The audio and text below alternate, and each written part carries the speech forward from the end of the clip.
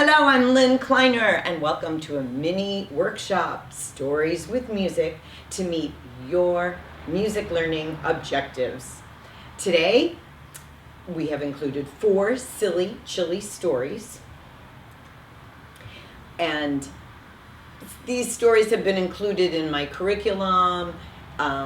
We've had lots of workshops, camps, things with these stories, but today we're going to focus on how you can adjust to meet your learning objectives. Of course, the younger students absolutely love the storybooks, but they do work well with the older students as well, who are especially motivated and inspired to create and perform the video that I promised them is going to be used for the older or the younger students in, it could be, we're going to share it with a class who's reading this storybook, or a younger class is coming in to see our performance. Those are often very motivating for the older students who might think those stories are just getting a little babyish for them. Teachers often will ask me about the stories with music. What age is that lesson planned for? And really what today is about is talking about how it's for what level your students are once you customize to what your learning objectives, scope and sequence, the music standards for your program, your situation. You can do it for the level that your students are at. We're not taking a lesson plan and putting it in there like it has to be done just like that. Okay, so the ORF way of thinking is how you can create this to fit your needs and where your students are at. So today we're going to use Nathaniel Willie, Scared Silly, as an example of, again, how to meet your music standards, your students' progression, or we call it scaffolding, what comes when, and you have that thought out and you're able to adjust the plan to fit just where your students are at. I'm going to include 4 videos, of one for each story, of my students, and I think one is teachers at a workshop, at a ORF conference. So first is Nathaniel Willie, Scared Silly. And just like most of my stories, a theme song has been inserted into the story, or a rhyme, something that is going to reoccur throughout the story. The story just is selected because it lends itself to that. And it allows the students to master many, many skills by having that repetition. All right, so you can see our rhyme is good night, sleep tight. I would just have the children keep the beat while we would chant, or I would say the rhyme first, just so they can hear the whole thing. So they're keeping the beat, and I'm chanting good night, sleep tight, don't let the bed bugs bite. Good night, sleep tight, bolt your eyes shut tight. And that's going to be Grandma's rhyme that reoccurs. Now we would do it with echo. Teacher would say one line, and you would have the students repeat. So the 4 lines, then it would be do 2 lines, they do 2 lines, then hopefully you can do the whole rhyme, they can do the whole rhyme, and then they do it again all by themselves to make sure everyone knows it very well.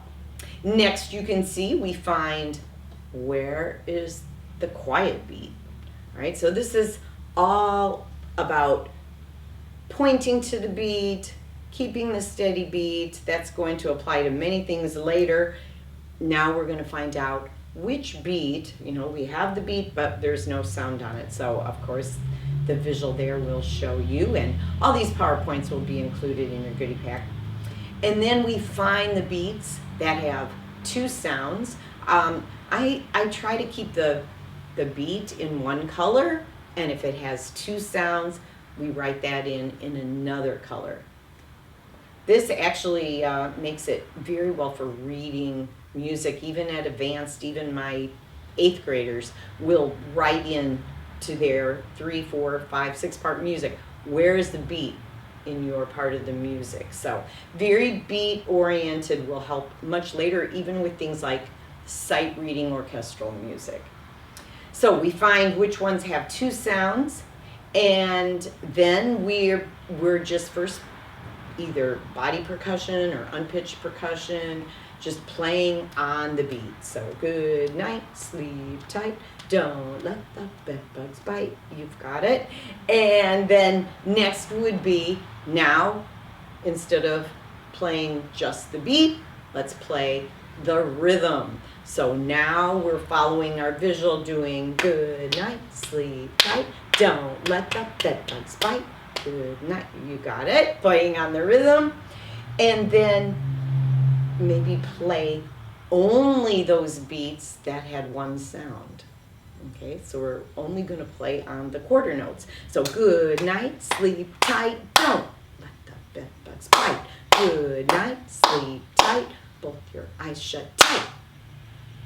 Now we're going to play only on beats that have two sounds. Good night. Oops, sorry. Good night. Sleep tight. Don't let the bed bugs bite. Good night. Sleep tight. Both your eyes shut tight.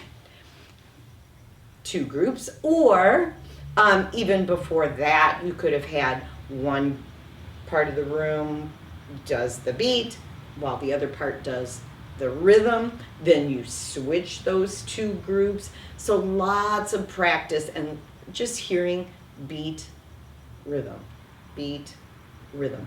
So our rhythm readers, that's where we are. But when we get up to melody makers in our curriculum, we still are going back to, let's do it with the beat. Let's do it the rhythm, okay? And following, where does that steady beat come in the music? So we would have fun playing now a higher level, just the beats with one sound, the beats with two sounds, play only on the rest, which is pretty funny because this only has one rest, so they can only play on that one beat. Then we can also do things like, I'm going to go over here to the drum. We could do things like the beat with the bass tone. Night, sleep tight, don't spite. Good night, sleep tight. Beat is one sound on the beat is that bass tone, and the rim is the eighth notes. So just playing around with things like that. Of course, the kids love it, and it's really bringing their attention to what that new reading notation is about. Of course, vocally, we, especially when our students get to melody makers, it's all about the pitch and vocal.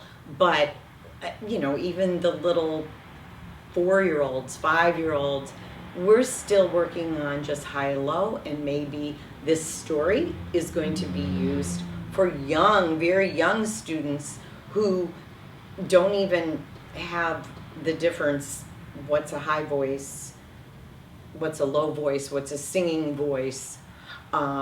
So you could just do the rhyme in your high voice and do good night, sleep tight, don't let the bedbugs bite.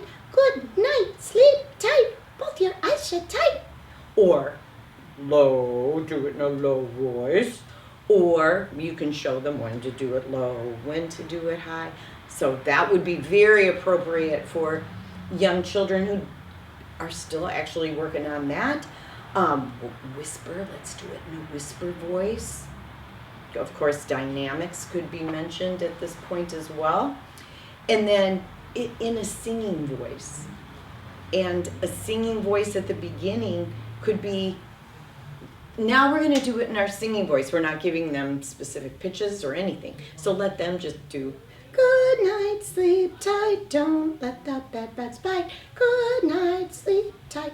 You can, whatever they want is fine, but it has to be in a singing voice. You can mention you heard a low, very low singing voice, or a very high, or some used both, just to start bringing that awareness to their ear on pitch. Of course, our melody makers, we would be doing, good night, sleep tight, don't let the bedbugs bite, just in so me at the beginning.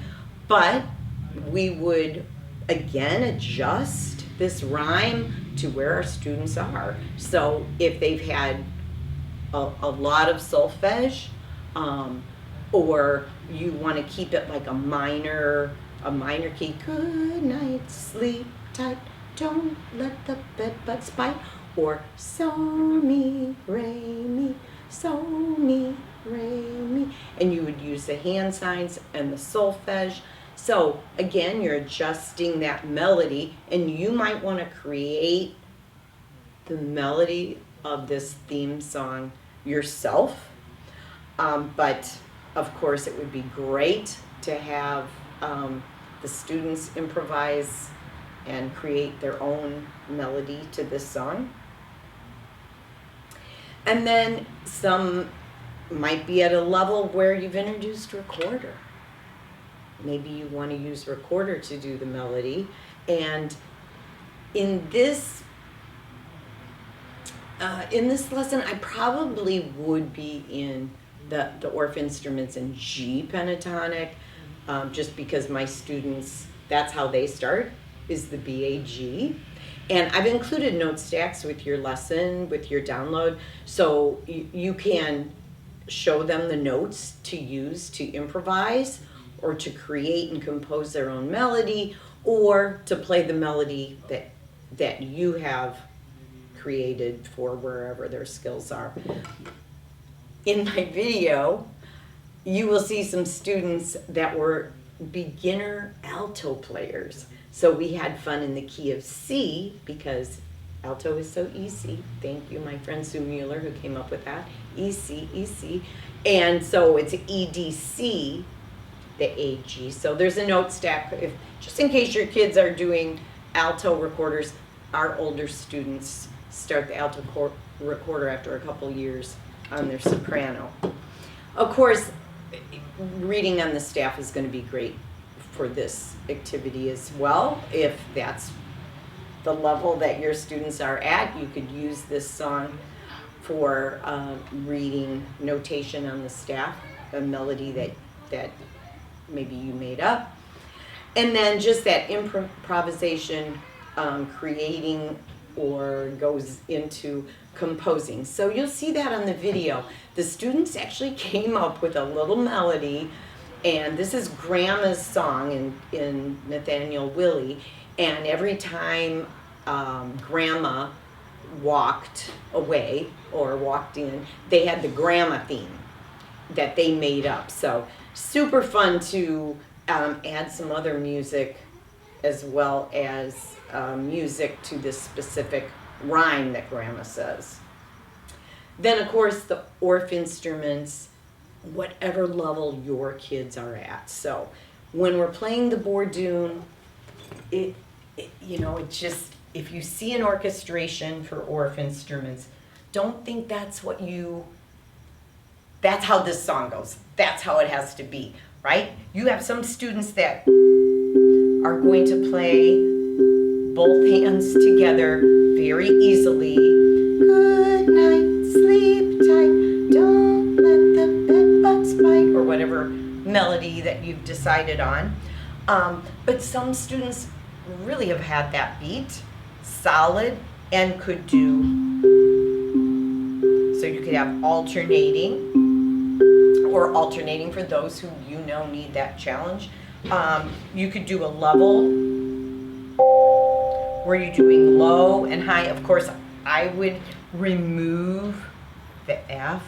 I would remove the B if I was in C pentatonic.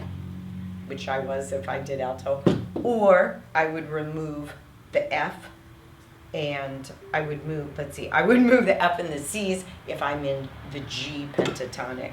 So, Bourdon, hands together, alternate. You could do levels, or you could even do things like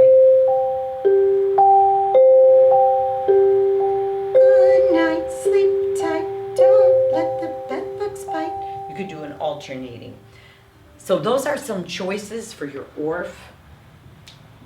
Accompaniment for beat patterns.